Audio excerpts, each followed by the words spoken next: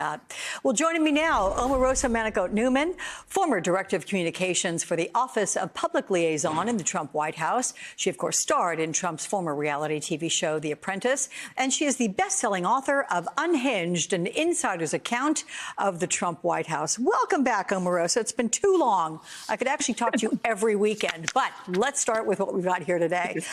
What do you think is Trump's mindset today ahead of his double trouble day tomorrow? Alex, it's so evident that Donald Trump has his back against the wall. And I have to tell you, a stressed out Trump is a very dangerous Trump. I wouldn't be surprised tomorrow if he didn't try to seize the spotlight with one of his famous antics and doing something to distract from the incredible and precarious legal situations that he faced. Like, what kind of an antic could he pull off? I was asking that of an attorney. Like, what do you think he could do tomorrow?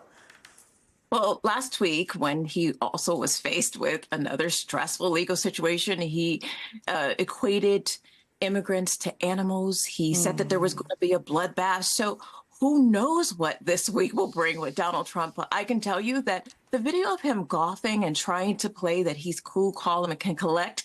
I've golfed with this man. It's very difficult to tweet and golf at the same time, or cheat and golf, as he often does. But what we see him doing more than swinging a golf club is tweeting, the rage tweeting, and trying to get his thoughts out. Yeah, he was a little knocked off balance by that big swing, I'm just saying. But anyway, he has made the case in court about being forced into a fire sale of his properties, although he must know that his cash and more liquid assets are likely to be targeted first. But is there one property that is most dear to him, his crown jewel? I mean, is it Trump Tower? Is it 40 Wall Street? What do you think it is?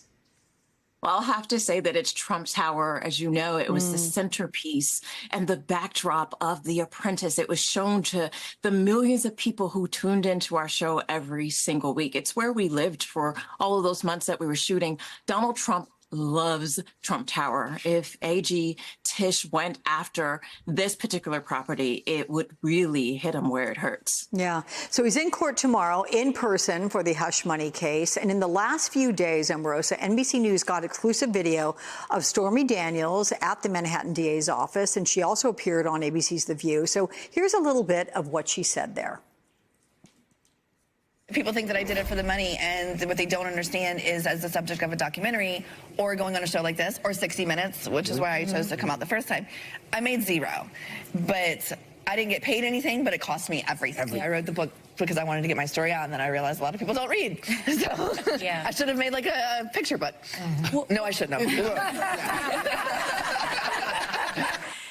And nobody wants to see that. But will she be a credible witness? I mean, how do you expect Trump to react in court when she takes the stand? Is he going to be cold, steely stare with crossed arms? Will he be whispering to attorneys, scribbling notes? Or do you think he might leave court in a huff? Because we've seen it all.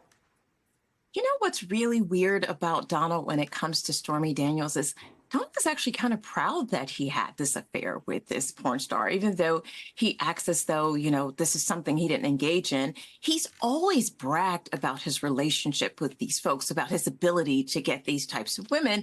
And so this case, as embarrassing as it is, it kind of feeds into his attempt to be macho and to have this machismo. And yeah, he'll be sitting there, but the truth of the matter is he has this gross fascination with, porn stars and Playboy bunnies. And these are the type of women that he's kind of been in stare with for the last couple of years. So the New York Times points out tomorrow that he is facing two of his greatest fears, a criminal conviction and public perception that he doesn't have as much money as he claims to have. And the hush money case, Omarosa, it could make him the first former U.S. president to face criminal trial. From your interactions with him over the years, how do you think he views all of this as it relates to his legacy? The interesting thing about these two cases is that they all point back to Michael Cohen. His legacy will be forever tied to Michael Cohen. Michael Cohen's the one who disclosed that he actually inflates the values of his properties, to get these types of beneficial rates. Michael Cohen is at the center of the Stormy Daniels case. His legacy is going to be tied to Michael Cohen, his fixer, who he treated terribly. And as a result, he is now in this legal peril. Let me ask you one last question here, because you have taken issue with Trump's daughter-in-law, Laura, taking a leadership position at the RNC. Why? Well, because, I worked with Laura for all of those years. We were very, very close. But the truth of the matter is, she was placed there strategically to continue the grift.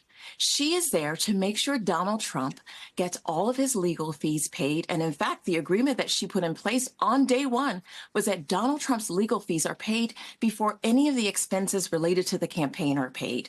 And my issue is that there are Americans on that side who are donating $25 and $30 to help support the campaign. And in fact, they're really being taken advantage of.